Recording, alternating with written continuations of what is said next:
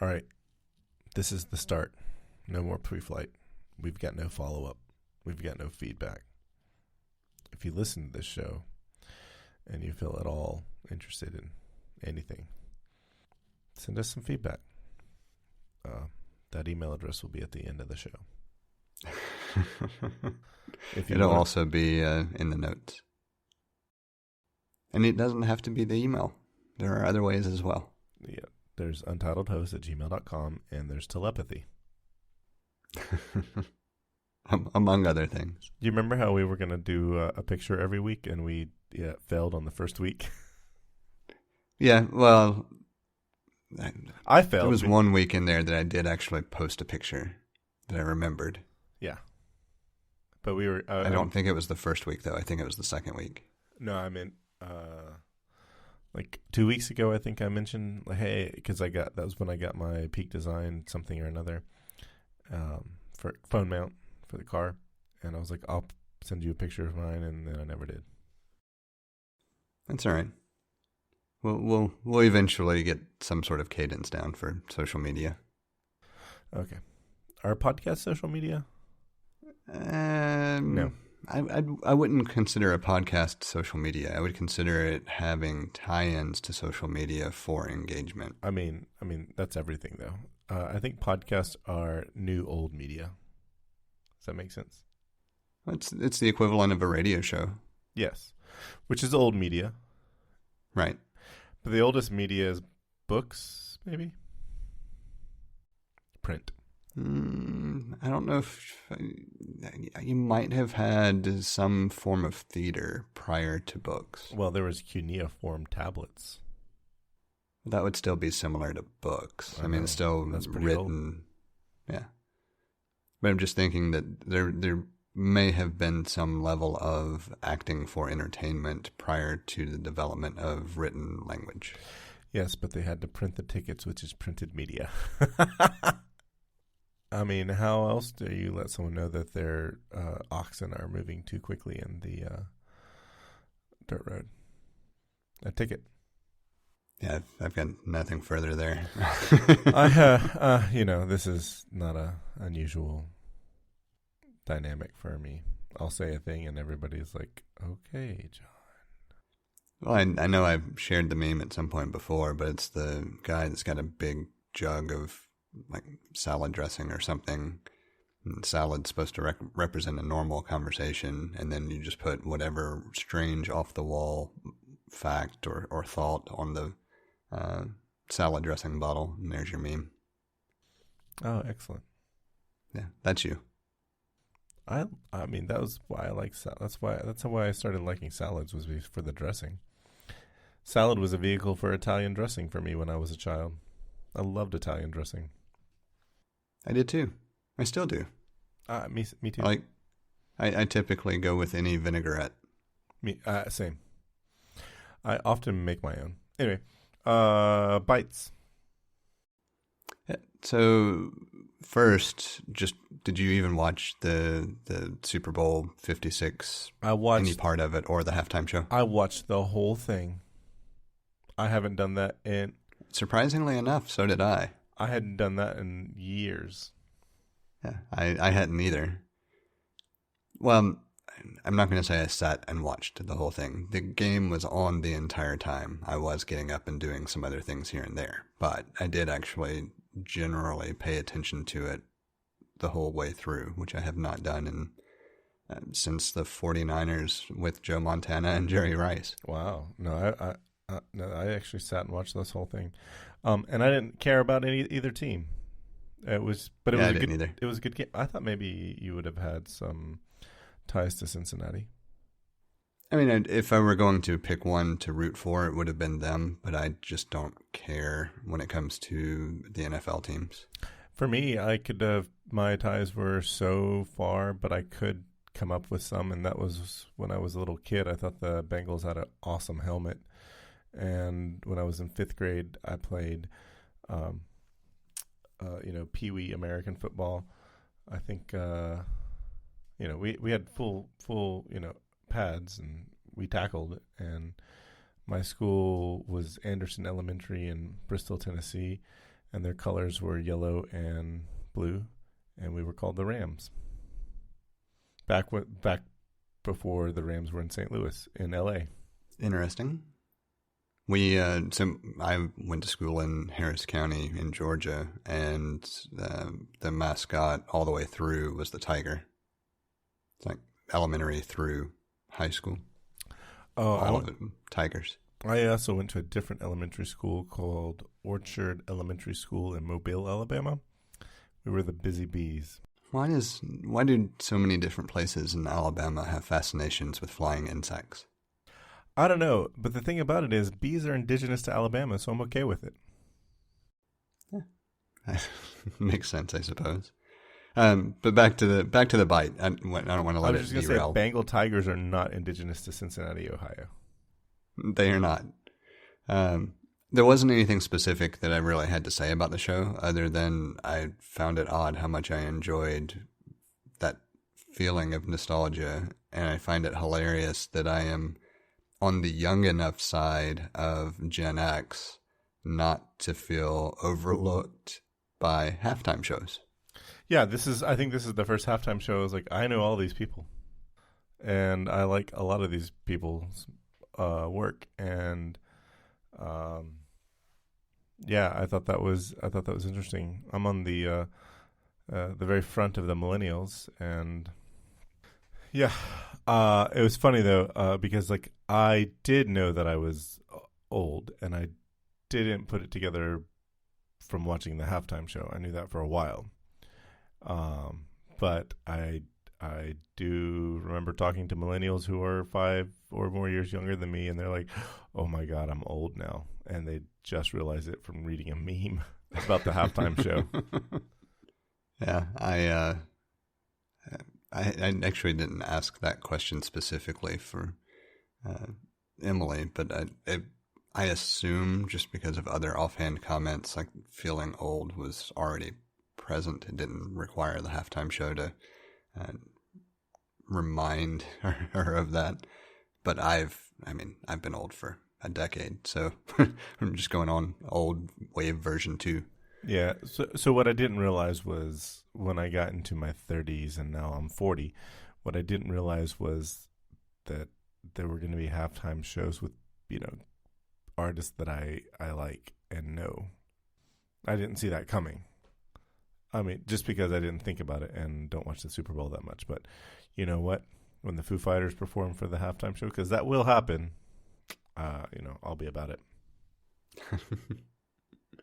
There's no telling what else will happen. Like, I never expected the combination of Dr. Dre and Eminem to be deemed halftime show worthy in any way, shape, fashion, or form up until it was announced. And it never would have crossed my mind. Like, the most controversial I could think of prior would have been either Prince or Michael Jackson. But I think both of them were big enough that it wasn't necessarily surprising. And not to say that like the Dre, Eminem, Snoop Dogg, Mary J. Blige, Kendrick Lamar, 50 Cent, I mean, all of them are huge names in hip-hop. It just never crossed my mind that they would end up getting the nod for Super Bowl performance. Right. Didn't Lady... So the other bite... were you about to say something else? I was just going to say the only thing that was controversial prior... I wouldn't call them being on stage controversial at all. But I feel like the wardrobe malfunction of... Have there been... Janet Jackson. There was her wardrobe malfunction and there was the kiss. Both of those are far more quote-unquote scandalous than having a bunch of hip-hop artists perform the halftime show. I think the part that I was thinking about is the Super Bowl halftime show has to be family friendly, right? And I just don't think of that selection of artists as family friendly. So tell me, what is family friendly? When you're talking about televised media, it's typically anything that you could rate G or PG. Yeah, but Madonna, Britney Spears, Michael Jackson, Prince, none of them are family friendly. No, but they did have a selection of performances or songs that could be deemed family friendly. Like, it wasn't that their entire catalog would be outside the scope of PG, at least PG. I mean, all radio edits are family friendly, aren't they? From that regard, yes. But again, it goes back to, because I never listened to radio edits of those artists. Like, I intentionally would make sure I never had to listen to an abomination of a radio edit from those artists. I'm the same way. So that just never even crept into my mind as something that existed. Yeah, I'm just the idea of family friendly is well, it's fairly ludicrous, because yes, that's up to the family. That's not up to the. Not just that, but it's I feel like it's a gatekeeping method to keep hip hop out of certain venues. Well, I don't think it's targeting hip hop. I think it's a gatekeeping mechanism in general. But sure. Yeah. It just depends on what that venue what else that venue plays. So, yeah. Right. The other bite that I had, I don't want to spend much time on it either. I just found the one of the elements within the article to be a perfect representation of what I feel like the state of politics is in general most days. So the article was published sometime today, which would be the 15th of February. And I was talking about Mitch McConnell rebuking Democrats for agreeing with the GOP on COVID restrictions. Don't read too much into the headline. It's really just a lot of blustering. But what I found hilarious, and I'm going to read this quote from the article: "The evolution of the complaints is more than a little jarring. Some on the right were outraged that Democrats wanted a, quote, permanent pandemic in which public health officials controlled our daily lives, which gave way to new conservative outrage that Democrats don't want a permanent pandemic." And it just, if that isn't the perfect encapsulation of the mentality of so many people at this point, I don't know what is. And I wouldn't even single out like a political party with that. I think you can draw which political party is more aligned that way, with just outrage over whatever the flavor of the day is. But the media has been fairly bad about echoing it. Everyday people, you can walk around a neighborhood and half the people you meet are going to be that way, it seems. Like, it just, that was a very perfect summation of just how ridiculous things have gotten. And I just wanted to bring that to light because I couldn't help but laugh at the irony. I mean, and I'll put the link in the notes, but seriously, don't even worry about the article. That one quote is all you really need to care about. The irony is just, I don't know. And that's all I have for Bytes. I try to keep those simple. I know that there was one episode where it was pretty much a show of Bytes, but it'll happen sometimes.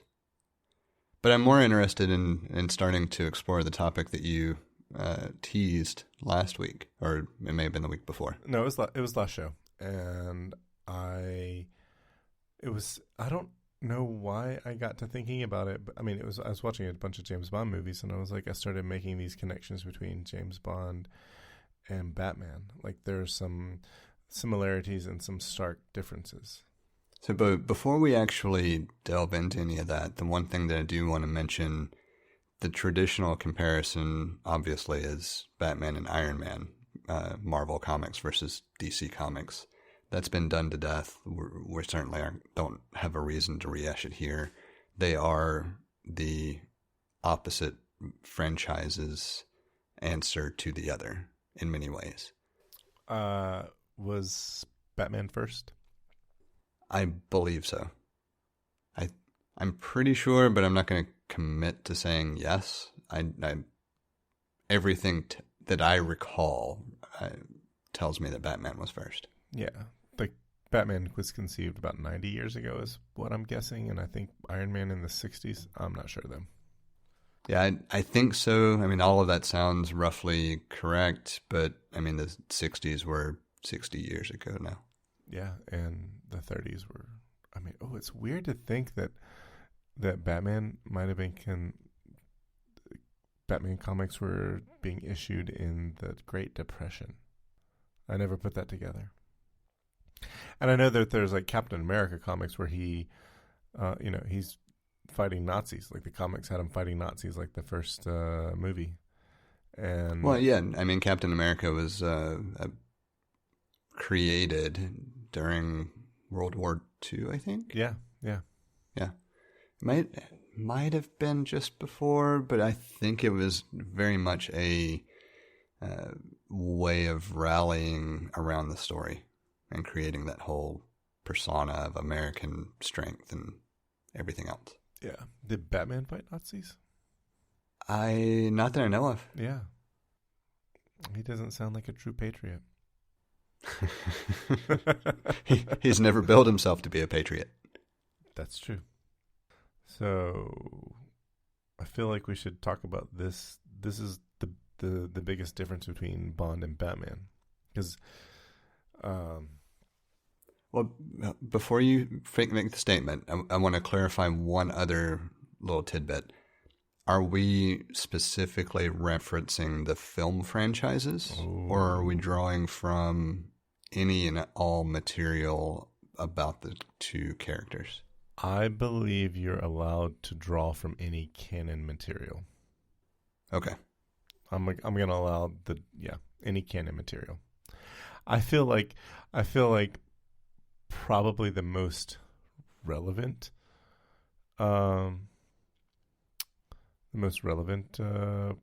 sources to draw from would be the Craig portrayal of Bond and the Nolan directed Batman series. Yeah, I was thinking it might make sense to limit the scope to those, because if you start to allow all canon, like especially in the case of Batman, you have so many different retellings and versions.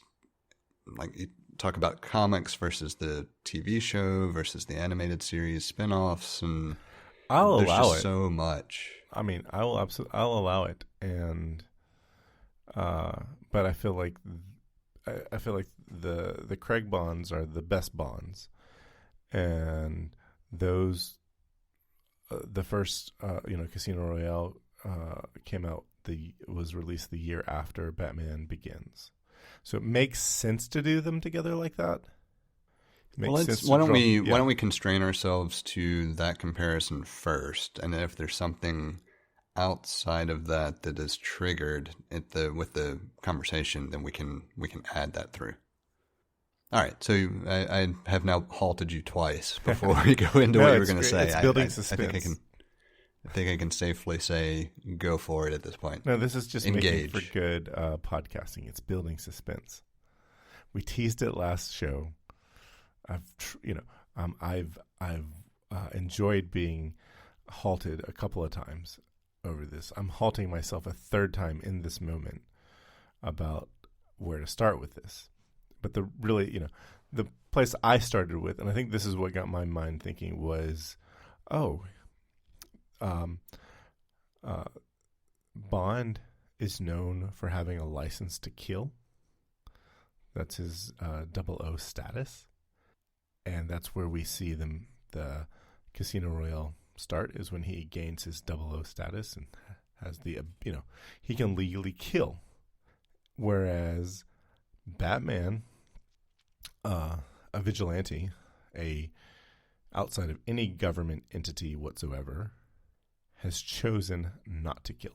He does almost everything in his power to prevent an opponent or adversary from being killed. And I find that really fascinating. Yeah, he technically he's not even a licensed investigator. Right. He's everything he does is a vigilante. There's a form of vigilantism. Right. So The other thing that I found interesting when you mentioned the topic and starting with the whole Bond seeming to have a very strong lack of empathy for life in general, right? That's part of what makes him a good agent with regard to someone who has this privilege to assassinate others or kill others. And there's also a feeling that Batman lacks that same empathy in a lot of ways, or at least ignores it rather completely in order to do what he does, right? It's just a change in method, and that change in method seems to be driven by I'm going to call it an ethical choice. Just because it is a choice, it doesn't seem to be driven by ideal or philosophy necessarily. It's more a cognitive decision not to cross a line versus a kind of moral imperative not to engage. Does that make sense? That's always what I thought. But this line of thinking has made me think, well, what if he's doing it to keep himself from... I mean, are the police going to catch him? No. But the police can align with him because he's not out there killing people. Like I think about, a good example, a good portrayal of the concept of where you have a vigilante killing people, where the cops think that they'd be for it, but in actuality aren't, would be Dexter. He's a vigilante. He's a serial killer that kills bad people, other murderers, other serial killers. People that we're like, oh wow, I wish the system would have gotten them and give them justice. And in that show, police are portrayed as, yeah, maybe he's not so bad. Maybe we shouldn't be looking for this guy. Maybe we should just let him keep doing what he's doing. But then when they're faced with, oh, this person is a killer of killers, well, we got to bring him in. So I kind of think maybe Batman is walking a fine line between, maybe it's not a moral decision. Maybe it's just a cost of doing business. Yeah, or maybe another way of saying that is it's an ethical choice, or a choice driven out of ethical decision making based on what would be a good business practice, for lack of better phrasing. Yes, good business practice. I think not a desire to preserve or have any sort of sanctity over human life, but rather just this is good business practices. So I often wonder with the different portrayals of Batman if it's not more psychological than it is business-related choice, where there's this recognition that behaviorally there are some lines that when you cross them, they lead to a further spiral downward into that lifestyle, that realm, and it's a very philosophical choice not to cross that line in order to not tempt that type of response or losing oneself to that. Oh, I totally accept and that. I think it's illustrated well in The Dark Knight when whatever it was, using the cell phones to basically create sonar to map the city, that whole ability to see and hear everything and pinpoint everything. And Fox, played by Morgan Freeman, specifically states, privacy concerns and everything, and that as long as that system exists, he will not, no longer be a part of anything. Like, he'll help that one time and that's it, and he's gone. And I think the way they did that arc where he knew it was going to be a problem. He created the machine and intentionally created the self-destruct as well after the single use to keep from continuing down that path, is a way of trying to show that same type of struggle where the stakes aren't as high. Oh yeah, I think that I think it's all of the above, and you can't say that one reason is better than. Well, I don't think that Bruce Wayne, chooses this reason over the other reason. These are all good reasons to not kill. So then, if we flip that and talk about Bond receiving a license to kill, there's obviously a different dynamic there because he's being sanctioned by some higher authority. It's the British government in that activity. It's the British government. Yes. I don't want to sound like I'm saying no, but what I was getting at was trying to abstract it a little bit further, that there are multiple places where certain levels of freedoms and restrictions could be granted. You could say the government as a whole, but it's more granular than that, right? You have M at the first point, and then you have an oversight committee up to government regulation. Right, and you often see in the across those 5 movies, well, at least first couple of movies, definitely the first one, M is like getting onto him for having killed some people. It's like you don't just go around killing people now that you have your license to kill. I paraphrase that, and she asks him to show some restraint. Because, they actually want to interrogate these people. That's been the problem. Again, and here it's like, this is not about the sanctity of life. They actually just want the information. Right.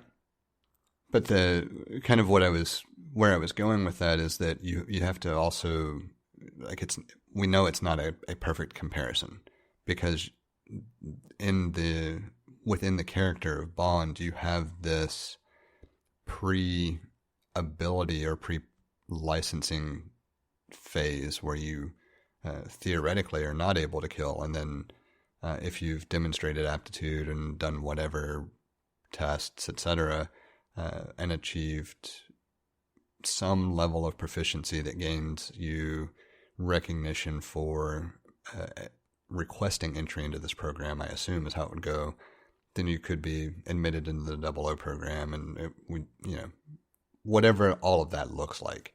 But that doesn't exist when you think about the formation of Batman. What you think about with Batman is here's a kid who lost his parents, and then there's a uncharted, angsty period of reflection and anger and understanding the world and trying to figure out the place in it and everything else. 2 very different scenarios that craft the character to arrive at a character that basically performs actions based on ethical choices within the framework of what they find to be best business practices. Like, you could use that phrasing for both without a problem, and it's recognizing that the framework that you're talking about when you're talking about those ethical choices and practices differ immensely. And so choosing to kill on the one hand and choosing to avoid killing, hopefully completely, on the other, also aren't direct correlations. That's kind of where I was going with the statement and thought process. It wasn't so much that the government specifically was sanctioning Bond versus Batman being completely outside of any official governmental influence. Right. And then as I say all of that, it is interesting to think of both as basically the same mentality approaching the job and arriving at 2 different choices. Right, because Bond is also an orphan. He lost his parents at a young age. It's interesting. I don't know what Bond's socioeconomic background, but Bruce Wayne is obviously comfortably well off. So I know in Casino Royale, the train with Vesper, there was a discussion where like Bond was at a privileged school, but was there at the or because of the generosity of someone else. It was the whole phrasing about why he wears the suit with such disdain. Right. So from that and from Skyfall, seeing the property and some of the just general commentary, I would assume he wasn't from an affluent family necessarily, but I would also not say he was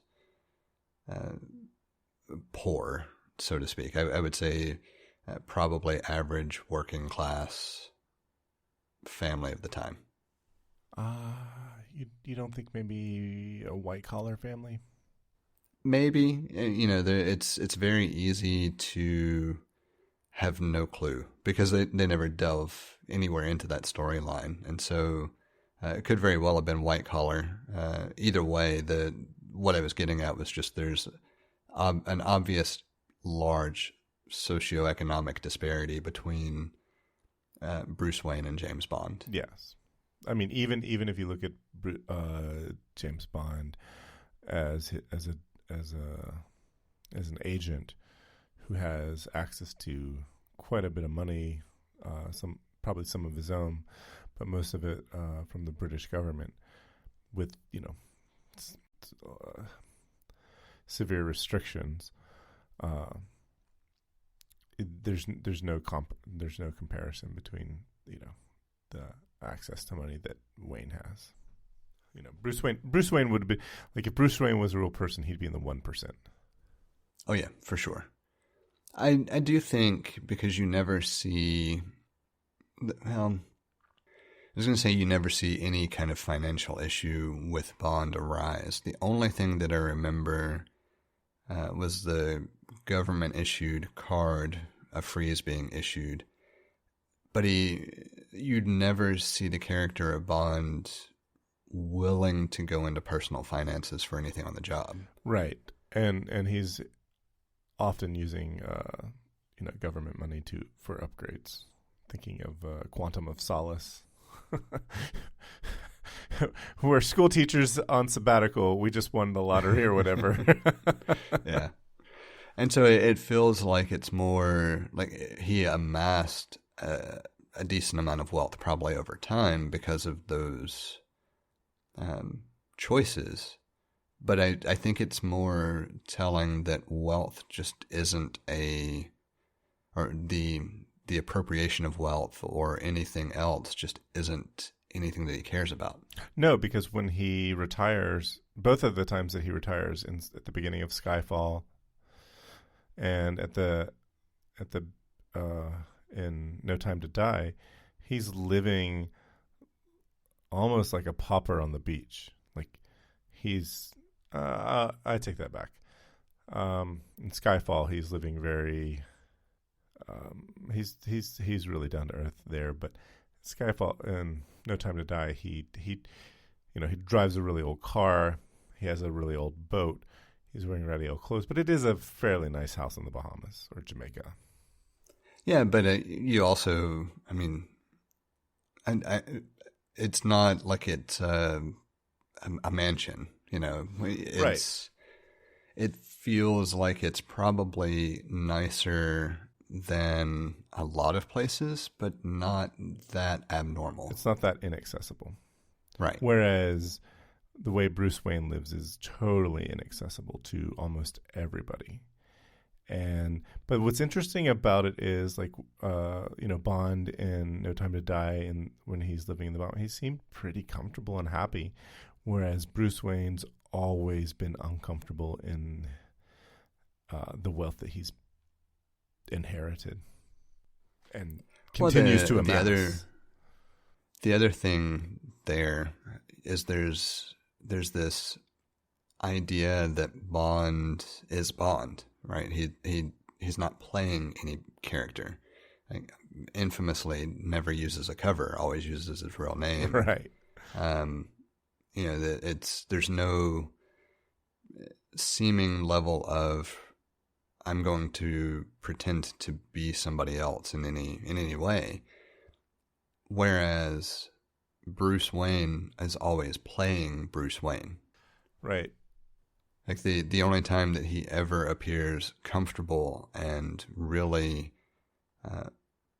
in tune with who he is when he's Batman, or when he has the freedom to be Batman, whether he's dressed up or not, such as when he's, in the just in whatever private setting talking to Alfred. Yeah, I was just going to say, I think the only time that you ever see him be who he is, his authentic self, is when he's talking to Alfred.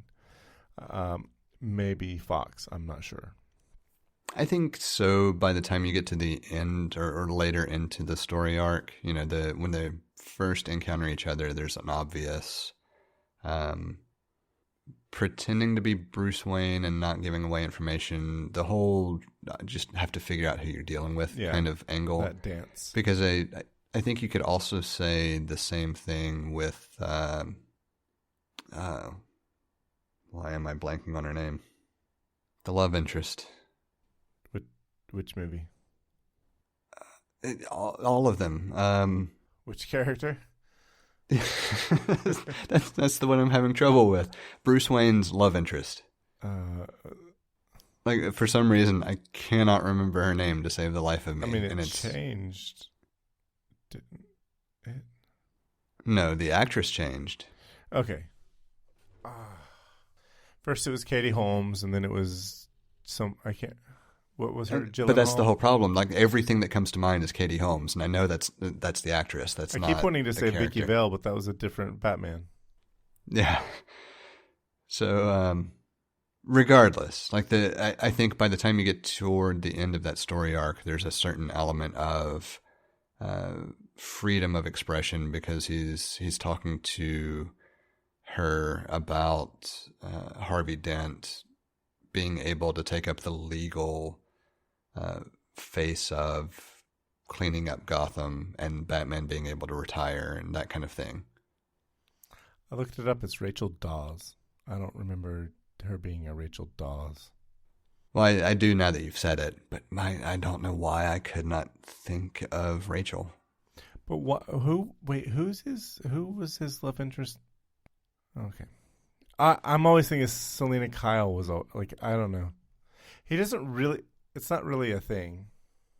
So his love interest changes depending on the medium. Because there are plenty, so Selena Kyle would have been Catwoman. Yeah. And there are plenty of comics and adaptations that have that romantic interest. There's also, if you go to the Michael Keaton Batman, Vicky Vale, you already mentioned her. Yeah, and she was from the comics. Right. And so there's always, like, it varies. And this is part of why I was saying it depends on what subset you want to really narrow in on. Because something as simple as the love interest contradiction changes the character immensely. Because if the interest is Vicky Vale or Rachel Dawes, both of those are relatively the same. I mean, Vicky Vale was a photographer, a reporter. Rachel Dawes was a lawyer. Either way, it's a legal public profession. Something that wouldn't be that strange. Whereas Selena Kyle being Catwoman and seeing the romantic interest between Batman and Catwoman when both are in costume is a very different character arc than Bruce Wayne having a love interest in the public space. Right. It's slightly more contentious. Right. And Bruce Wayne, James Bond, we've talked at length about his various love interests, but they're comparable to Bruce Wayne, because their occupations, and you could say Bruce Wayne's hobby, add a level of strain that you just don't see in a typical relationship. So I think those two things are comparable. Yeah, I would say so. I think the more interesting relationship discussion, if you wanted to compare Bond and Wayne, would be who actually fills the role of the lost parent. Because with Bond, it's pretty easy to say M is very much a mother figure in many respects. See, now that you put it that way, yeah, M and Alfred are the two that I would compare here. But initially I was thinking that M might be compared to Gordon, because there's a certain level of professional tie-ins with, Gordon has a job to accomplish, and he's allowing Batman, or Batman is, there's a somewhat of a symbiotic relationship there, whereas M has a job to accomplish and Bond is a tool in her arsenal. But if you talk about the parental dynamic, then yeah, M could be you could turn around and say M and Alfred are comparisons. Yeah, it's an odd situation where M is fulfilling this double role that you see two different characters fulfilling for Batman. I think the fascinating part is that having that kind of missing parental attachment come from a position of authority makes Bond more allegiant to M and MI6 as a whole than Batman would be to, like, the police in Gotham City. Right. He just shows up when he wants to and leaves when he wants to, and they don't really have, sometimes the police are left to spin rather than have any level of control over him. Right. And then on the flip side, with Bond, we saw it twice. In Skyfall and No Time to Die, there are things that pull him back in because of that loyalty and attachment to Britain in general. Yes. I don't know if it's so much Britain in general as much as it is MI6 specifically, but I figured I would be a little more vague. Just because M does change over the course of those. Yeah, well, you can always say for Queen and Country, and that's right. It's a loaded statement. Just like anything else, Queen and Country means that, like, Britain is her people. So, but I was going to say, but there are times where M is having to do the same sort of cleaning up. She's having to spin things because sometimes Bond is an unwieldy tool, whereas Batman, like going into an embassy and shooting it up. Right. Whereas Batman just does what Batman does, and there's a certain level of,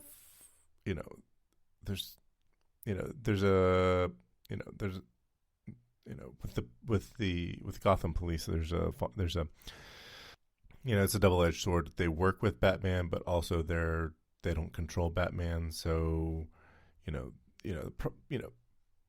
the public could very well get angered at the police because they are allowing a vigilante to do what Batman does, and if they don't have they don't control him, and so it could be problematic. So there's similar dynamics there, but for very different reasons.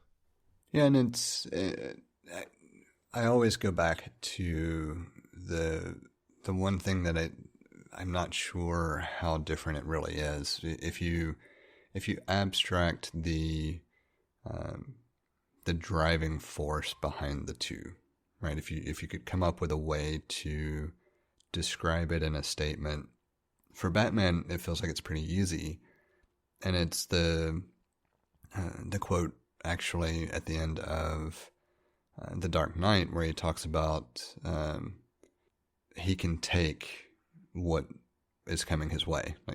He takes the fall even though it's not his fault because he can take it, because he can survive it. This mindset or idea of I can be whatever I need to be for the greater good, where I've never been able to kind of drill down on Bond to something that I'm not going to say simplistic because it's not a simplistic idea, but something that could be that succinctly stated. Does that make sense? Yeah. Because Bond is a far more complex character when it comes to what's driving his motivations. There are times when it is a vendetta of some sort, whether it's purely personal or some blend of personal vengeance and work-related vengeance. And there are times where it is very much driven by the ideal of protecting others. And so I don't think the character is designed to be something that is driven by a singular principle or purpose other than what needs to be achieved in furthering the interests of the British government. And I hate to make it sound like it just boils down to a tool, because that's not what I necessarily mean, but that's the only consistent piece when you think about how the character is generally portrayed. But then when you factor in the willingness to completely ignore authority and just continue to do what he does, which is famously referenced as well when M tells him, "I knew you would be you," in some form over plenty of different movies. How do you reconcile that with something as fundamental as what appears to be Batman's guiding purpose? And I feel like I made it even more convoluted trying to talk further and explain it. But I think you follow the overall train of thought. Yeah, I'm only sad because I can't think of a clever, quippy thing to say about he's the hero we need and the hero we want. I don't know. Yeah. Nothing as clever as the night is darkest before the dawn. The night is darkest before. No, I got nothing. That is one thing I will say for Nolan's Batman films. There are plenty of quotes that you could pull a one-liner out of that could sound inspirational in some way. Yeah. Bond, your one-liners are going to just be nice, quippy, sarcastic, and fun. Sometimes, often they're puns. Yeah. But I will say, like, to round out this topic, the last thing is, Bond has Q and Wayne has Fox.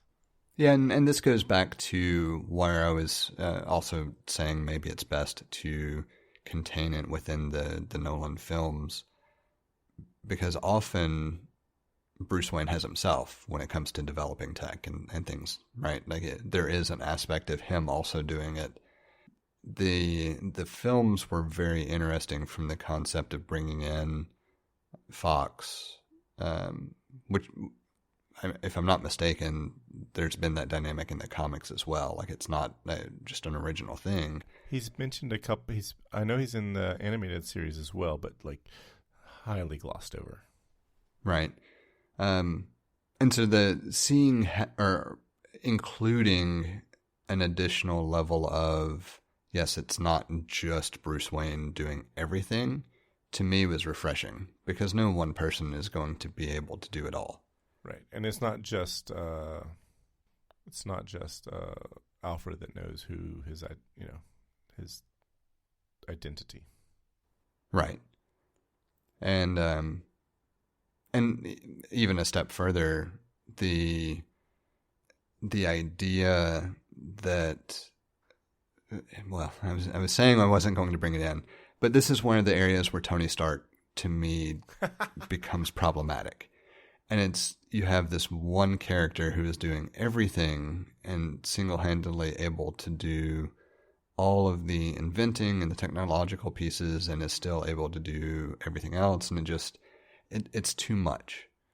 Like, it's fine if he does some of it, but then having influence or input or assistance in some way from things outside of what he's thought about makes the character more interesting. I mean, he's got Jarvis. Yeah, but he created Jarvis. Like, it still goes back to him. I don't know. Jarvis is, he split. He became sentient. Well, he became infected with Ultron, who then created a manifestation in Vision. But either way, like, and this isn't to say that yeah. No, I know. I get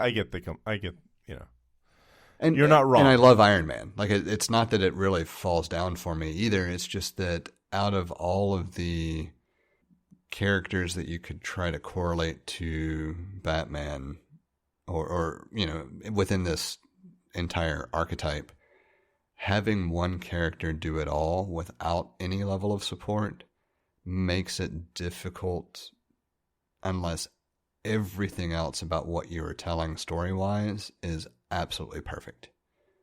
And it's just not something that happens often. So figured I would mention it because that is the one thing that does make Iron Man more difficult to deal with or to accept. So here's what I think maybe everyone overlooks is that Q is better at his job than Fox is at his. Look at the Batmobile and look at what Q put into a DP5. Would you really say that he's better though? Because if you remember the Batmobile, as far as the Nolan films was concerned, was originally a military vehicle. And it does have that look. Yeah, it just doesn't have any of the style. I mean, I certainly agree. But it's two different purposes, right? I hated that Batmobile. I didn't mind it. I love the Tim Burton Batmobile. I do too. I didn't necessarily mind the Nolan Batmobile because they sold me on the origin of it. But what did bother me over time was that there wasn't an evolution of it into a more elegant Batmobile. But then they did bring in the motorcycle and the copter, and the motorcycle was a much better form of transportation. Yeah. I don't know. I love the Tim Burton Batmobile. Oh, it was great. And I still assert that Michael Keaton was the best Batman. I don't disagree. And Heath Ledger was the best Joker, even though I love Jack Nicholson as Joker. Me too. And Joaquin Phoenix, amazing Joker. Like there's I still haven't watched that one. Oh my gosh. There is no lack of good Jokers. There's not a lack of good Jokers. There are more good Jokers than there are good Batmans. Very true. So I want to round it out or finish it out with one more kind of general question. Please. If you were to choose one, as far as the character that you were more interested in or had let's just say you had the two on the chopping block. You had to pick one that would continue to survive and the other one was going to end where it ends, wherever it is now. Would you choose Batman or Bond? That's tough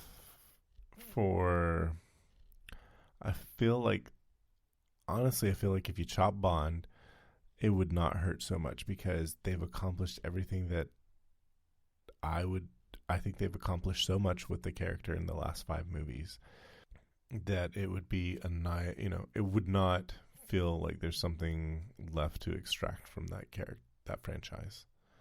Whereas Batman, it's like the Nolan films were good, and there's a new Batman coming out this year, and I'm like, maybe that might be the new ones. Like you could have.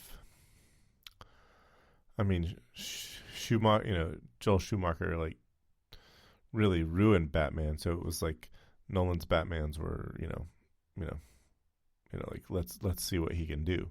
Whereas like they did such a good ending with Bond. It's like, hey, we could, I'm like, hey, like if you'd never make another Bond movie, like this is satisfactory. So for the opposite reason you might suspect, I would chop Bond. Like, I don't need to see another Bond movie. I'm happy with what we got. Yeah, I thought about this question. There's room for improvement on Batman. Right. I followed. It is probably a good idea to clarify that statement as well, though, just for anyone listening who didn't follow. Interestingly enough, I thought about this quite a bit because I wasn't sure if I was going to ask it or not, unless I could come up with a good answer. And my answer is dependent on the existence of other franchises. So as long as Iron Man continues to exist, I'm okay losing Batman. And conversely, as long as Ethan Hunt continues to exist, I'm okay losing Bond. It's not to say that they're perfect comparisons, but they hit that general archetype that makes me say, I could accept either one going as long as there is something similar that continues to exist. But if you were to take all of that out, and I could only choose between Bond or Batman, I'd have to choose Bond because of how absolutely just spectacularly Craig portrayed the character. I want to see other interpretations and variations of that. Whereas with Batman, the portrayal hasn't been topped since Keaton. I liked Christian Bale's Batman a lot, but Keaton, for me, is the definitive Batman, and nobody has come close to that. And I'm okay just having the Michael Keaton films. Yeah. Whereas Sean Connery was the definitive Bond until Craig. Right. And so it's more a matter of you've managed to make me fall in love with a character all over again in a way that other franchises haven't been able to do. Even though they've had really good films and really standout moments, you have taken a character that I loved and actually made me replace the version of that character that I loved with a newer version that you've done. What else can you do? We have a number of different ways set up for you to get in touch with us to provide feedback, ask questions, or just comment in about something we've discussed. You can hit us up on Twitter or Instagram at untitled_hosts, or shoot an email over to untitled.hosts@gmail.com. Or get in touch directly with Jesse at jthart.com, or get in touch with me, John, via telepathy. If you would like to support our work or are interested in listening to our new after show feed, head over to patreon.com/theUntitledPodcast and take a look at the options we have set up. Thank you for listening. We hope you've enjoyed the show. And we hope to connect with more of you as we continue this journey. That's a wrap.